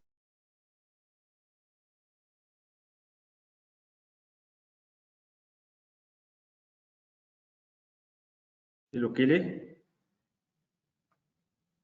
qui doit être accompagné. Il y a le travail d'équipe qui pose problème parce qu'il y a des règles et des concepts qui peuvent être de mieux gérer les situations, je dirais, inattendues.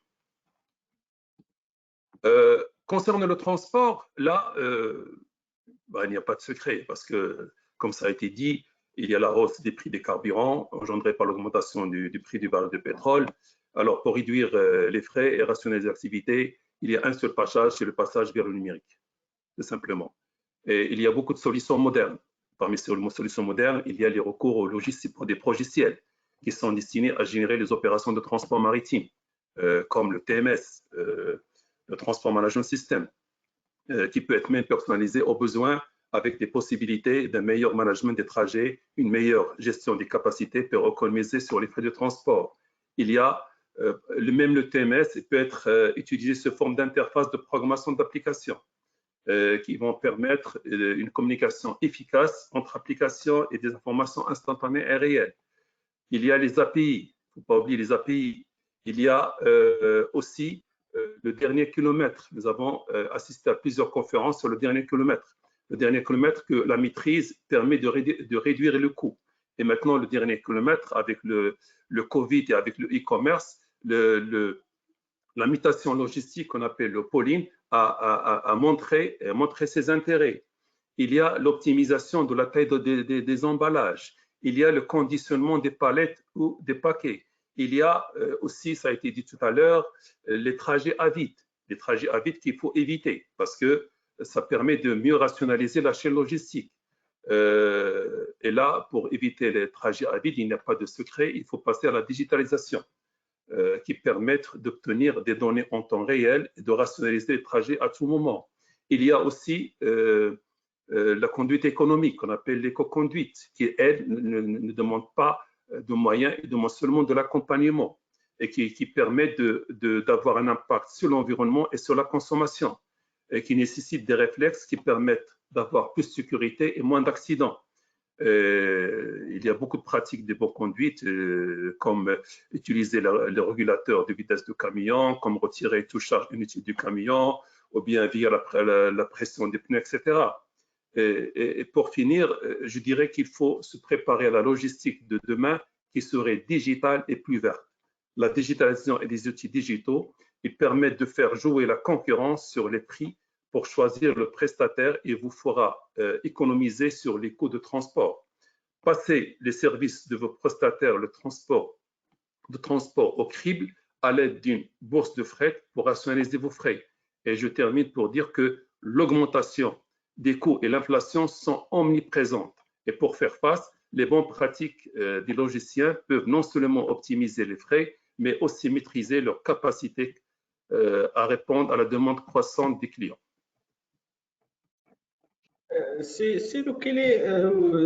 Merci d'abord pour votre exposé. Mais moi, la question qui revient souvent, et c'est aussi en lien avec la question que j'avais posée tout à l'heure à M. Salofi, c'est même les gens qui nous regardent, il y a une bonne partie qui représentent des PME, soit qui sont en contact avec des PME. Les outils dont vous venez de parler, notamment la digitalisation, on sait que la digitalisation, c'est un process, c'est limite à un investissement. Il faut investir pour digitaliser. Est-ce que vous, d'après votre expérience, d'après votre contact avec les entreprises, vous estimez que les entreprises marocaines opérant sur le transport et la logistique sont suffisamment outillées, peut-être suffisamment de moyens pour faire ces pas-là, faire ces transitions-là, parce que j'imagine que je me mets dans la tête d'un chef d'entreprise. Un chef d'entreprise, si vous lui dites digitalisation, il doit vous dire même si demain je prends, mais il y a des contraintes, il y a des limites, il y a peut-être aussi il y a un manque de conscience, de prise de conscience. Comment est-ce que vous jugez d'après votre expérience, votre contact avec les entreprises, cette perception de la digitalisation comme outil d'optimisation des coûts? Tout d'abord, je remercie pour la question, mais tout d'abord, je partage avec vous un constat. Quand on parle d'entreprises marocaines, sachez que entre je dirais les bons élèves et les mauvais élèves, il y a un grand écart. On fait la même profession, mais on ne la fait pas de la même façon. Et ça nuit sur la compétitivité. Et là je ne sais pas si au niveau de la CGM ou bien au niveau du ministère, est-ce qu'on ne pourrait pas mettre des limites pour pouvoir opérer dans une profession, parce que nous avons des très bons exemples, je ne dirai pas le nom pour ne pas faire de publicité, des très bons exemples qui travaillent avec la digitalisation de façon simple, qui travaillent avec tous les outils dont j'ai cité. Et par contre, en même temps, vous avez une autre entreprise qui fait presque le même travail, mais d'une façon artisanale, des façons des années 80. Et ça, c'est pas normal. Ces écarts, ça pose problème. Et là, ça dépend du top management. Parce que de top management, il y a ceux qui ne sont pas pour faire des choses qu'ils ne maîtrisent pas. Moi, ils préfèrent toujours travailler avec la chose qu'ils maîtrisent. Même si vous leur expliquez que ça va avoir une valeur ajoutée pour eux, du moment qu'ils ne maîtrisent pas ça, ils préfèrent rester à l'écart. Oui, très bien.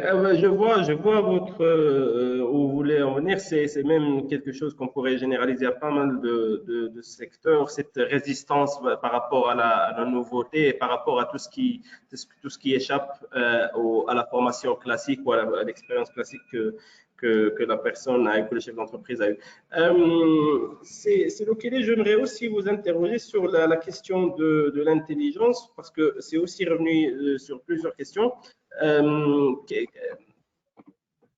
Dans quelle mesure l'intelligence artificielle ou l'intelligence tout court peut optimiser ou peut contribuer à l'optimisation de la supply chain? Est-ce qu'on a des modèles concrets qu'on peut donner comme exemple? Encore une fois, parce qu'il y a des gens qui veulent se lancer dans cette numérisation, cette digitalisation de leur process d'intelligence. Est-ce que vous pouvez nous en dire un peu plus? Tout d'abord, avec l'intelligence, vous n'aurez plus de l'informel. Ça, c'est sûr. Et ça, c'est une bonne chose. Donc, ça pourrait motiver à aller vers l'intelligence.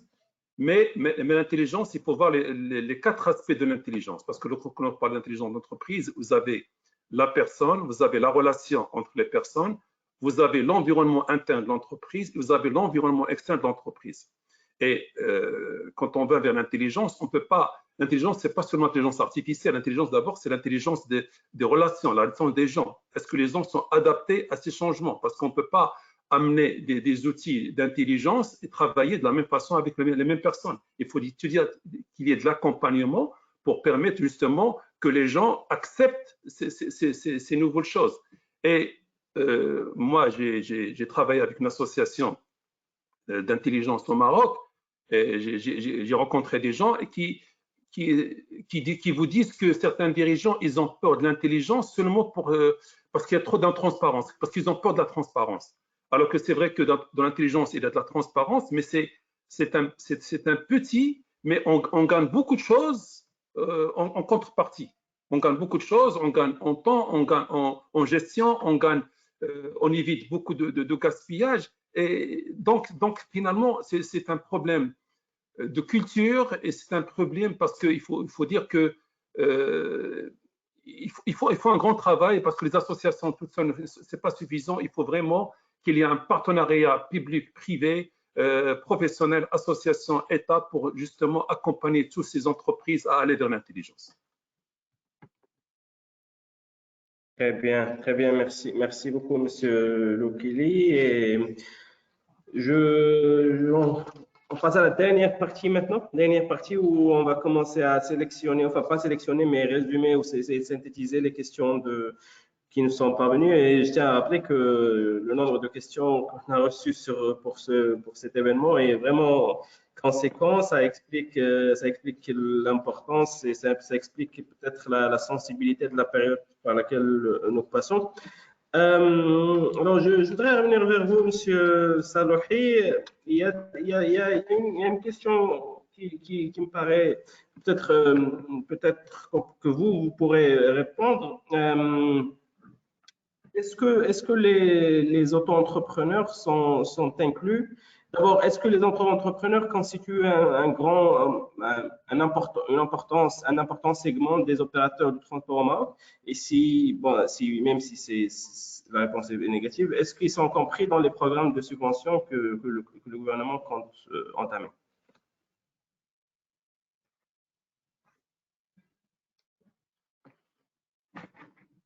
Alors, tout d'abord, il faut comprendre comment est structurée l'entreprise de transport, entre guillemets. Donc, les transporteurs, soit qui sont organisés en entreprise, c'est-à-dire des sociétés qui détiennent un parc, une flotte de camions, soit que c'est un professionnel de transport et qui détient un camion, 2 camions, 3 camions. Selon les chiffres dont on dispose dans notre système, et comme a dit Sitahri tout à l'heure, donc la plus grande part, c'est des professionnels ou des transporteurs qui détiennent 1 à 2 camions. Donc on est aux environs de 80 à 85% de cette répartition entre c'est-à-dire les catégories de professionnels. Comment est-ce qu'un donc il faut classifier l'auto-entrepreneur. Donc est-ce que il sera intégré ou il ne sera pas intégré? Normalement, le ciblage serait fait selon le parc de véhicules. Et après,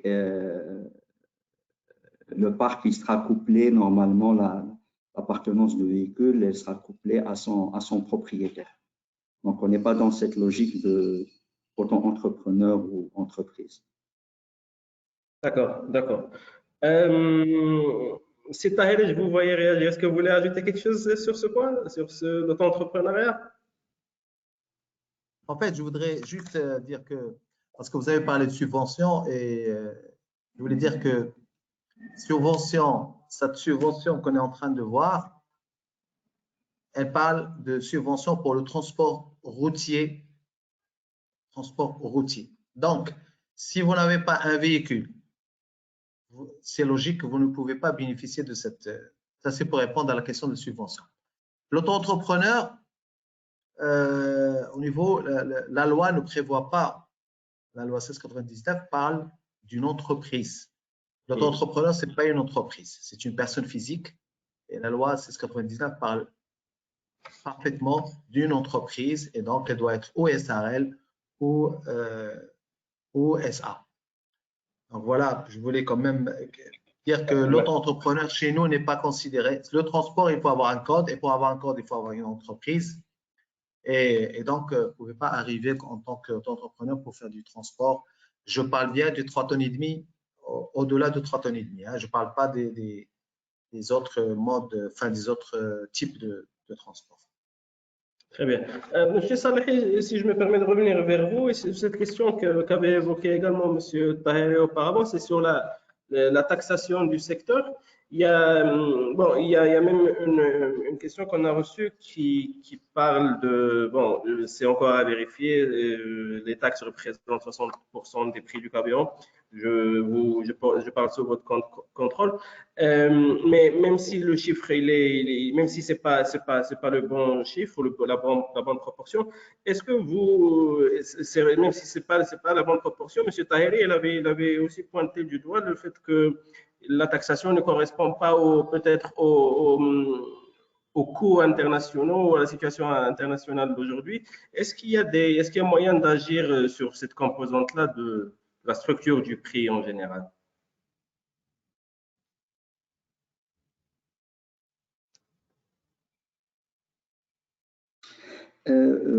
Par rapport à ce point de taxation, ce qui est sûr, c'est que le secteur du transport, il assume une pression fiscale importante par rapport, si on le compare à sa contribution au PIB.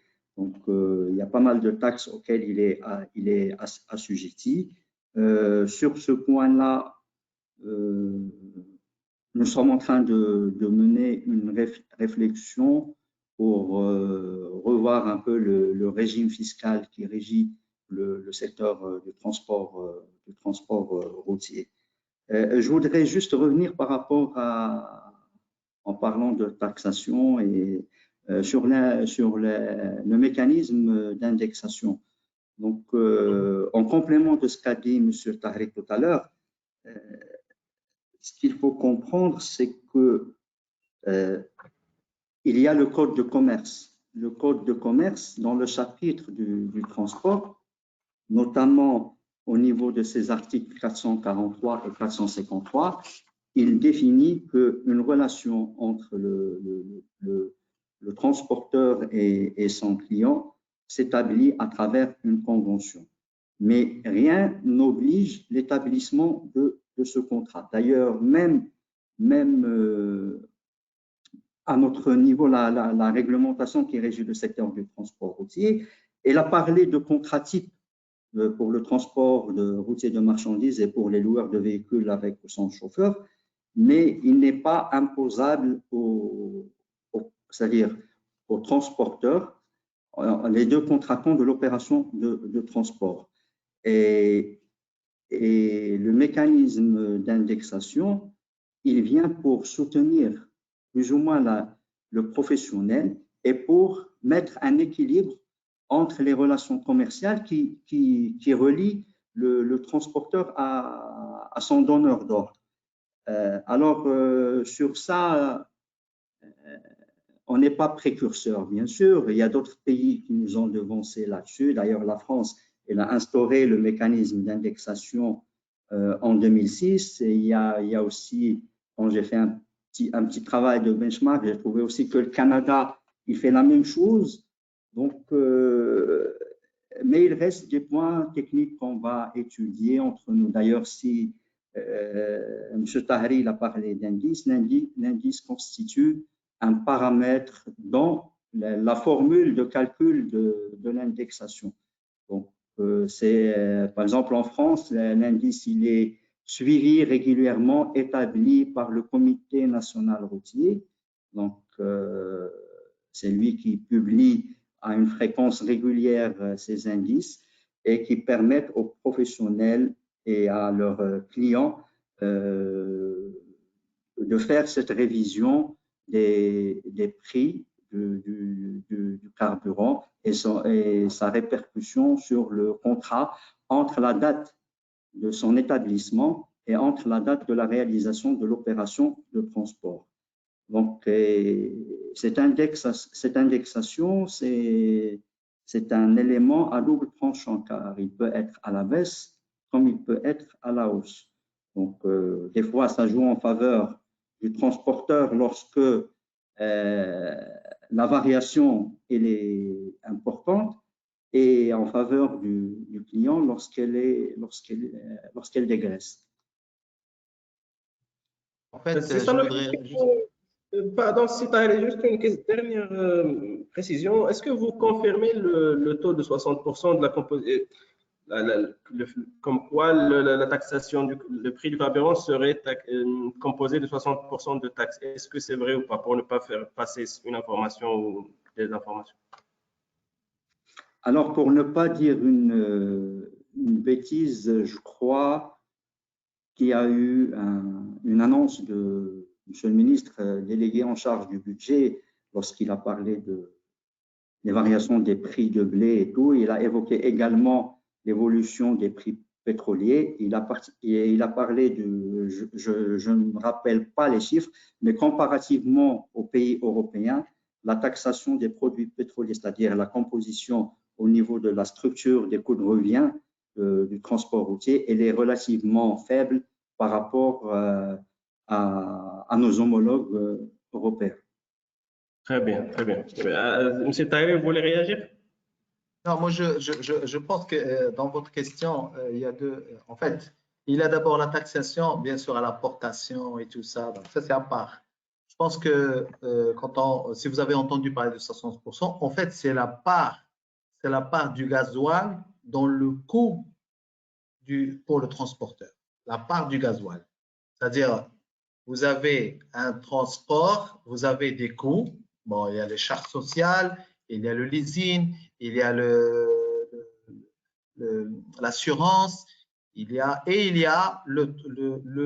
gasoil. Donc, le gasoil, effectivement, en fonction des trajets, en fonction du véhicule, en fonction de la vétusté du véhicule, peut atteindre entre 35%, voire 40% jusqu'à 60%. Ça, c'est la charge dans le coût le coût du transport. Quand vous voulez faire un prix, vous prenez tous ces paramètres et vous faites un prix. Si vous faites un CASA, pour revenir à Agadir, peut-être les variables vont être peut-être les variables, à savoir le coût du conducteur, le coût d'assurance va être moindre et le gasoil va être plus parce que vous faites un long trajet. Vous avez de l'autre côté, vous faites un rabat, un CASA rabat, ben vous allez avoir les frais de structure que vous intégrez dans votre prix de revient. Vous allez avoir ces charges supérieures au prix du gasoil parce qu'elles sont là, elles sont obligatoires, fixes, hein, et même s'ils sont variables, mais ils sont là. Mais par rapport au trajet, le gasoil est moindre. Voilà un peu je pense que c'est de ça que vous avez entendu parce qu'on parle de 60%. Effectivement, dans les journaux, on parle de 60%. 60%, c'est en fonction du trajet que vous faites, le gasoil augmente ou baisse. En fait, la part du gasoil augmente ou baisse, mais elle est entre 35, 40, 50 en fonction des véhicules, en fonction de la vétusté du véhicule, en fonction de la technologie dans le véhicule.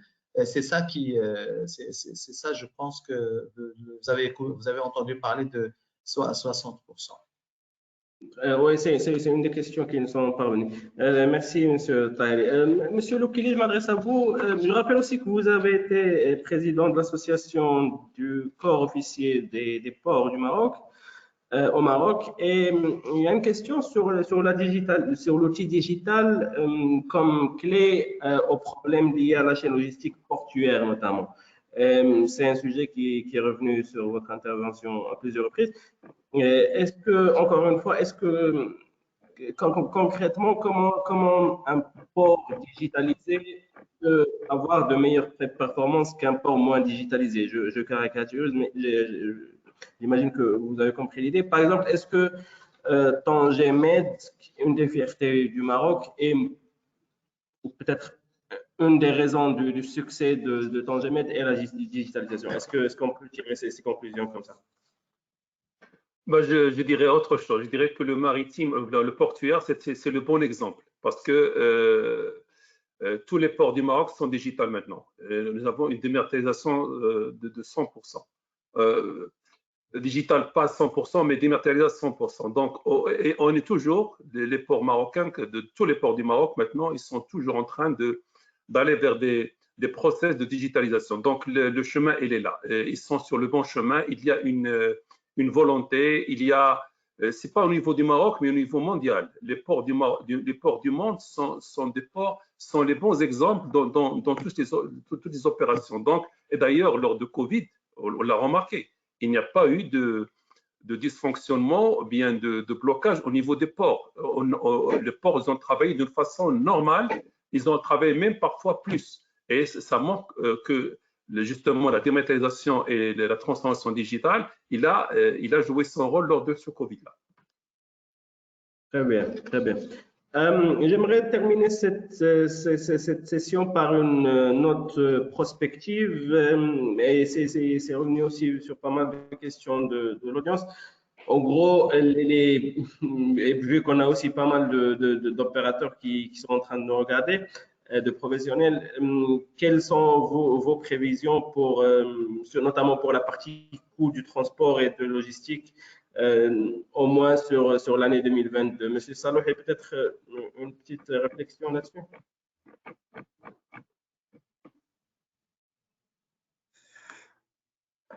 Bon, moi je dirais que tout de même on doit rester optimiste. Nous continuerons à mener le travail que nous avons déclenché avec les professionnels de manière pérenne et constructive pour aboutir à des résultats concrets qui répondent à leurs aspirations et aussi faire en sorte qu'on puisse aller de l'avant dans la réforme de ce secteur-là, qui est très vital et très important pour l'économie nationale. Néanmoins, on ne demeure pas à l'abri d'autres surprises. D'ailleurs, quand on menait la réflexion sur la relance post-Covid, on se disait qu'il fallait être agile et anticiper de telles crises. Aujourd'hui, nous sommes face à une situation géopolitique internationale dont on ne connaît pas les aboutissants par la suite. Est-ce que ça va perdurer dans le temps? Est-ce que ça va se résoudre? Il y a aussi des éléments comme l'inflation, qui était le sujet qui nous a réunis aujourd'hui. Donc, je dirais il faut rester optimiste et continuer à travailler dans l'espoir d'un avenir meilleur. Merci, M. Saleh. M. Taheri, vous qui avez relativisé l'impact de la pandémie sur les coûts. Non, moi, en fait, je vais être très pragmatique. Nous devons comprendre que le monde a changé. Le monde a changé et il ne faut pas espérer que les prix et je l'avais dit déjà il y a 2 ans, quand le Covid a commencé, j'ai dit en 2023, on sera toujours avec ces problématiques de logistique. Maintenant, c'est à nous de nous adapter, c'est à nous de nous réadapter parce que c'est un changement, je dirais, plus ou moins radical qui est en train de se faire. L'Ukraine et la Russie, c'est juste un exemple. Pour moi, c'est juste un exemple. Il va falloir s'adapter, il va falloir changer de système. Par rapport au transport, nous devons aussi, et ça je le dis à tous les opérateurs, nous devons aussi oublier le chauffeur, malheureusement, oublier le conducteur, parce qu'aujourd'hui, et je parle de l'international, pas du national, même au niveau du national, ça va changer, parce qu'aujourd'hui, il y a toute la panoplie du système qui est en train de s'opérer, la décarbonisation, les problématiques de l'environnement, et tous ces problèmes-là vont pousser la logistique à se réadapter. On s'est adapté à un certain moment, mais maintenant aujourd'hui, on doit se réadapter. On doit se réadapter parce qu'on n'aura plus droit à faire des longs trajets, ça sera des petits trajets avec le camion, donc on va être sur le rail, on va être sur les bateaux qui sont décarbonisés aussi, parce qu'on a demandé à tous les mastodontes du transport de revoir leurs navires, et les navires qui sortent aujourd'hui, ils ne sont plus de la génération qu'on a connue. C'est une nouvelle génération avec un système complètement qui respecte l'environnement. Et donc, nous sommes en train le système est en train de changer complètement. Donc, à nous de nous adapter pour qu'on ne rate pas le coche, comme on dit dans le langage familier. Donc, à nous de nous réadapter, à nous de trouver des solutions. La digitalisation, comme disait M. Lokili, est très importante. Effectivement, nous avons, grâce, je dirais entre guillemets, grâce au Covid, qui nous a poussé, qui nous a poussé à aller vers ça. Et on s'est rendu compte que ce n'était pas aussi difficile. Donc, on était très réticents parce que, comme il disait, c'est parce que la digitalisation crée une transparence que peut-être il y a des personnes qui ne veulent pas cette transparence. Donc, je pense que ce qui est important là-dedans, c'est de se dire, nous ne sommes plus en 2000, l'avant 2020 est fini. Il y a maintenant après 2020, et l'après 2020, il faut s'armer différemment. Il faut que le Maroc change d'objectif. Il faut que le Maroc ne reste pas dans les produits primaires. Il faut qu'il change de produits primaires. Il faut qu'il aille vers les nouvelles technologies. Il faut qu'il aille vers des produits importants à forte valeur ajoutée. Je pense que c'est très important. Le transport, la même chose, il sera affecté. On a déjà vu. Vous avez vu, vous pensez que demain, le transport maritime, vous pensez que le conteneur qui coûte $17 000, demain, il va revenir à $3 000. Il ne faut pas s'attendre à ça. Je ne pense pas que quand on a goûté à un certain prix, je ne pense pas qu'on puisse revenir.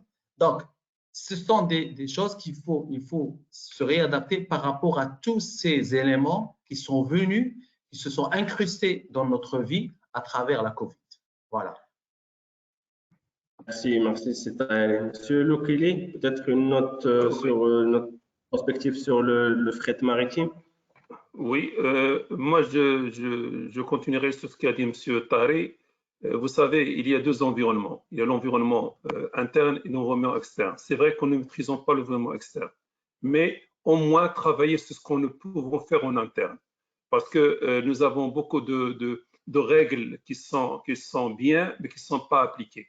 On peut lutter contre l'informel. Il faut développer l'intelligence. Il faut s'ouvrir sur tout ce qui pourrait faire de nous des compétitifs. Parce que le jour où on va maîtriser notre quotidien, nous serons plus prêts à faire face aux crises. Très bien. Merci beaucoup, Monsieur Lokili. Ça nous permet de terminer cet événement sur une note d'espoir. Permettez-moi de réitérer mes remerciements à tous les intervenants. Merci, Monsieur Salouhi, Monsieur Taheri, Monsieur Lokili. Merci à vous trois qui avez accepté de nous rejoindre aujourd'hui. Merci à toutes les personnes qui nous ont suivis aujourd'hui, qui vont nous suivre par la suite sur la retransmission de la vidéo de l'événement sur la chaîne YouTube de la Chambre. Merci aussi aux centaines de personnes qui ont suivi ce webinaire en direct. Et je remercie également les partenaires de la British Chambre pour cet événement. Je vous souhaite à tous une bonne fin de semaine, une bonne soirée et je vous donne rendez-vous dans notre prochain événement. À très bientôt. Merci infiniment. Merci. Au revoir, merci.